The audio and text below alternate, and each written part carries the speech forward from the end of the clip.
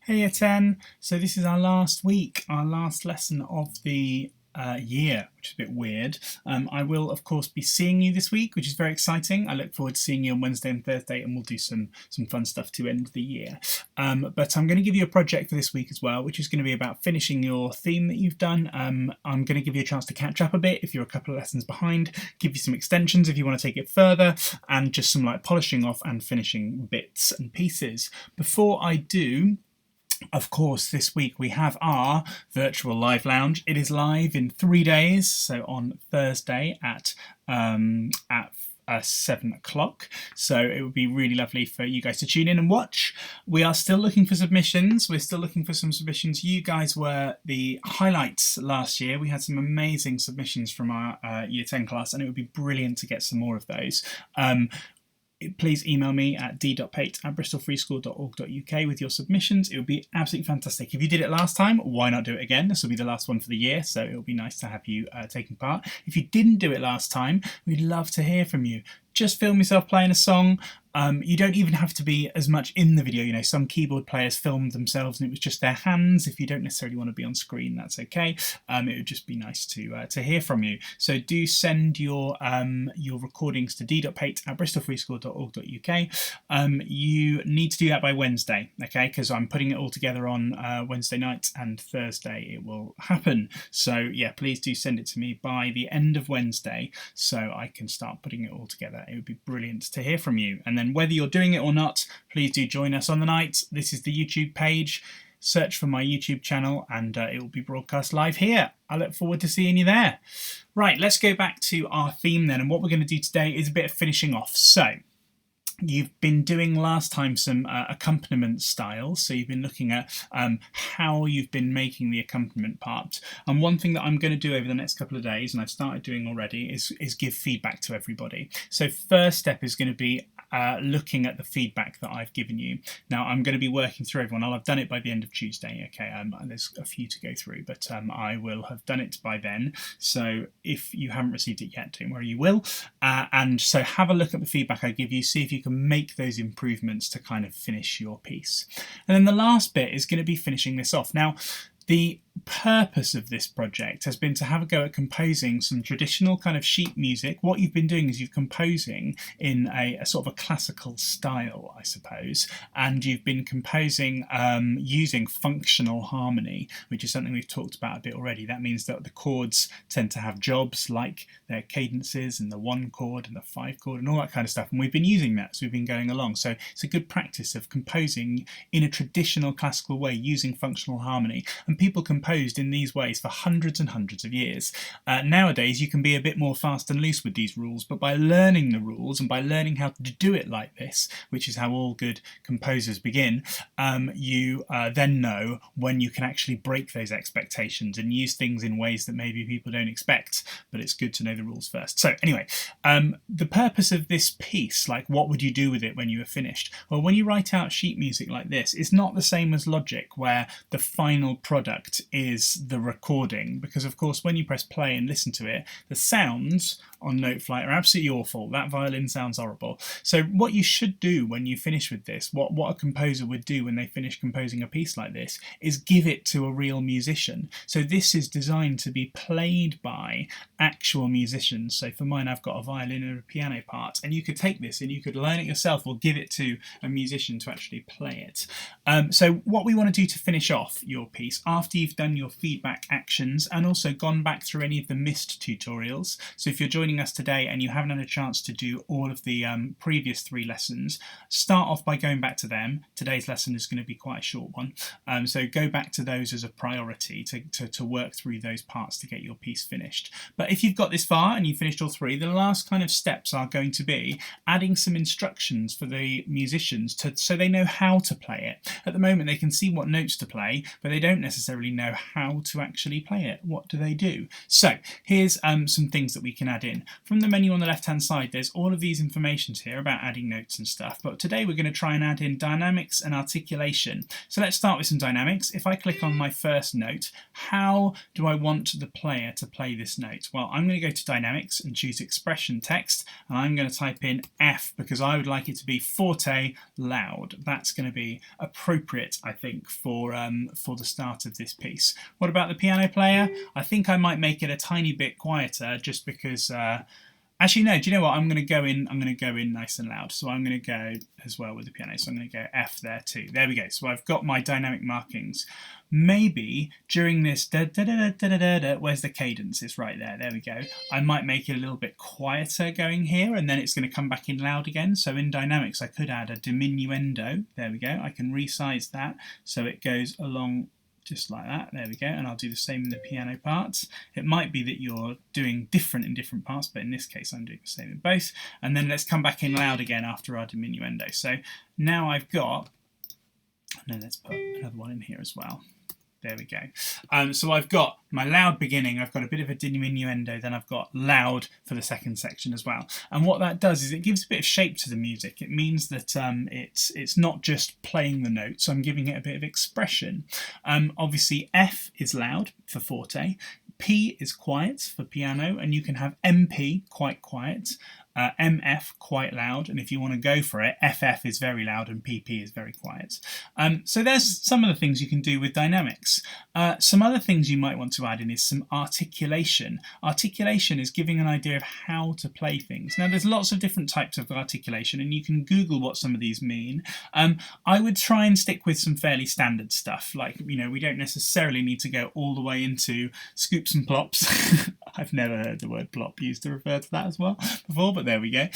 So that we don't necessarily have to go into all of these things, but you're welcome to Google them if you like. I would recommend sticking with the more standard articulation because musicians are going to know what they mean. So an accent means to play a note strongly. So I might be going da da da da, and that top note I want to be nice and loud, and I might do that here as well. So let's add in another accent up there as well. Staccato means play short and sharp, so not hold for a long time but play short and sharp.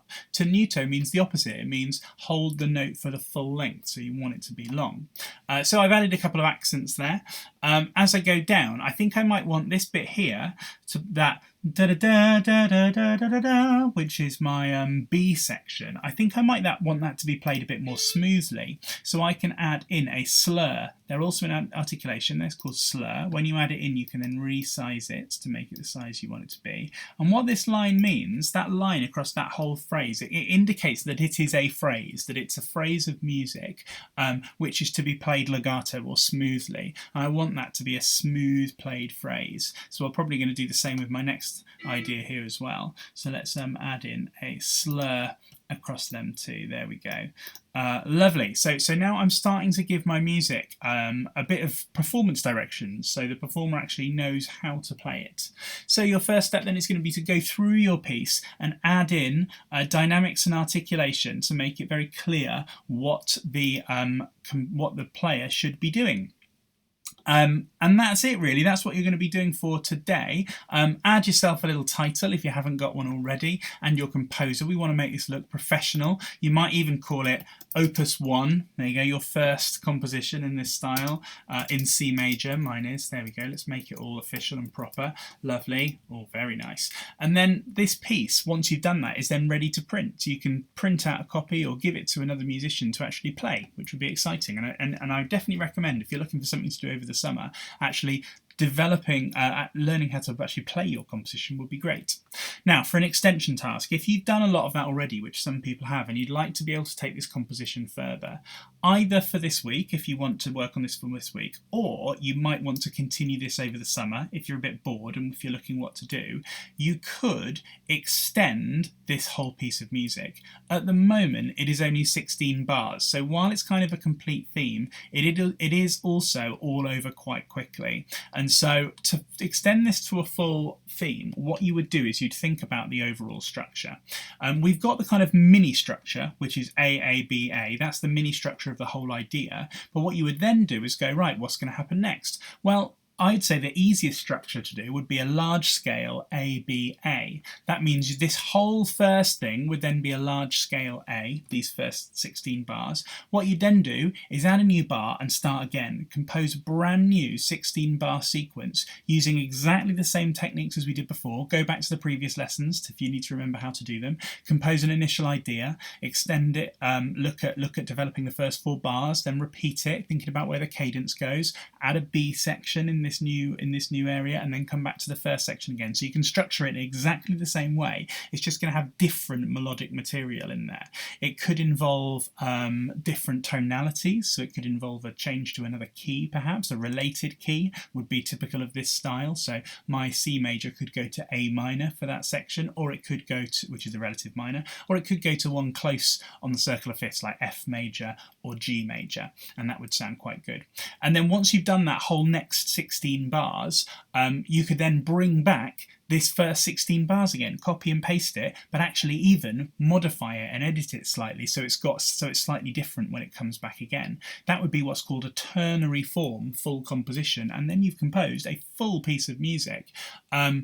You could even, if you wanted to extend that further, make it rondo form. Rondo form is A, B, A, C, A, D. So it's like the A theme keeps coming back. So you could have this whole 16 bars as the A theme, then a new 16 bars, then bring this first one back again, then a different new 16 bars, then bring this one back again. So you can actually continue this piece and make it even longer. If you decide to do those, I would love to hear it, either if it's this week or if it's later over the summer. Yeah, that what you've done then is a full, complete piece of music, which is a great achievement. So do send anything to me. I would love to hear it. When you've finished this whole piece, whether you do those extension tasks or not, you're going to save a copy, go to the export here. You're going to export it as a PDF as normal. You can also export it as an MP3 as normal. One of the things with Noteflight though is that the sounds are totally rubbish. Like the violin sounds horrible. Yeah, it's not really meant to be just played on the computer. It's meant to be played by a real musician.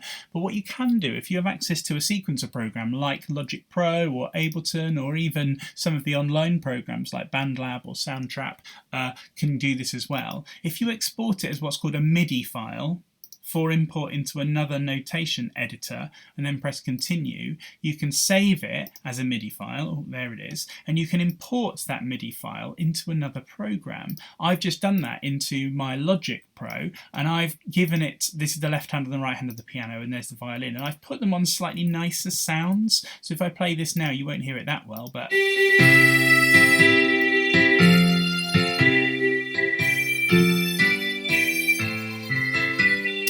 it's still not fantastic, it's still a bit computery, it's still not quite the sound of a real beautiful violin, but it's not bad. So you might play around with actually putting it into different programs. And if you haven't got access to another program and you'd like me to do that, you're welcome to send me a MIDI file and I'll see if I can have a look at putting it on some different sounds to make it potentially sound even better than it did initially. So there we go, that is your piece, your project for today. Finish your theme by adding in dynamics and articulation, save it and submit it, and then you are done.